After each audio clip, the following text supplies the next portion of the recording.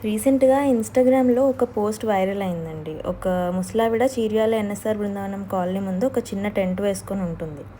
మేముండేది కూడా ఎన్ఎస్ఆర్ బృందావనంలోనే. అప్పుడప్పుడు food, sweaters ఇంకా పాత బట్టలేమైనా ఉంటే ఇస్తూ ఉంటాము. మాలాగే వేరే కాలనీ వాళ్ళు కూడా హెల్ప్ చేస్తూ ఉంటారు. సో, ఆ వీడియోలో మిస్‌ఇన్ఫర్మేషన్ ఉంది అని నేను ఈ వీడియో చేస్తున్నాను. ఈరోజు నేను కొంచెం టైం తీసుకొని తనతో డీటెయిల్‌గా మాట్లాడాను. తను మతిస్థిమితం లేని మనిషి అయితే కాదు. చాలా రోజులు నేనుండి ఇప్పుడు ఎన్ని నెలలు మరి అప్పుడు ఏం చేసుకొని బతికేదాన్ని మీ ఆయన? ఓరిగోసిన ఓరిగోయ పోయినా కళ పోయినా బావులు తొడపోయినా జీతాలుండి ఇల్లు కట్టుకున్నాము. చాలా సరే అయితే నీకు ఏం సాయం కావాలి? ఏం సాయం చేస్తారు? 10 రూపాయలు సాయం చేయండి. ఏం ఇక్కడ ఉండాలన్నా నీకు ఓకేనా?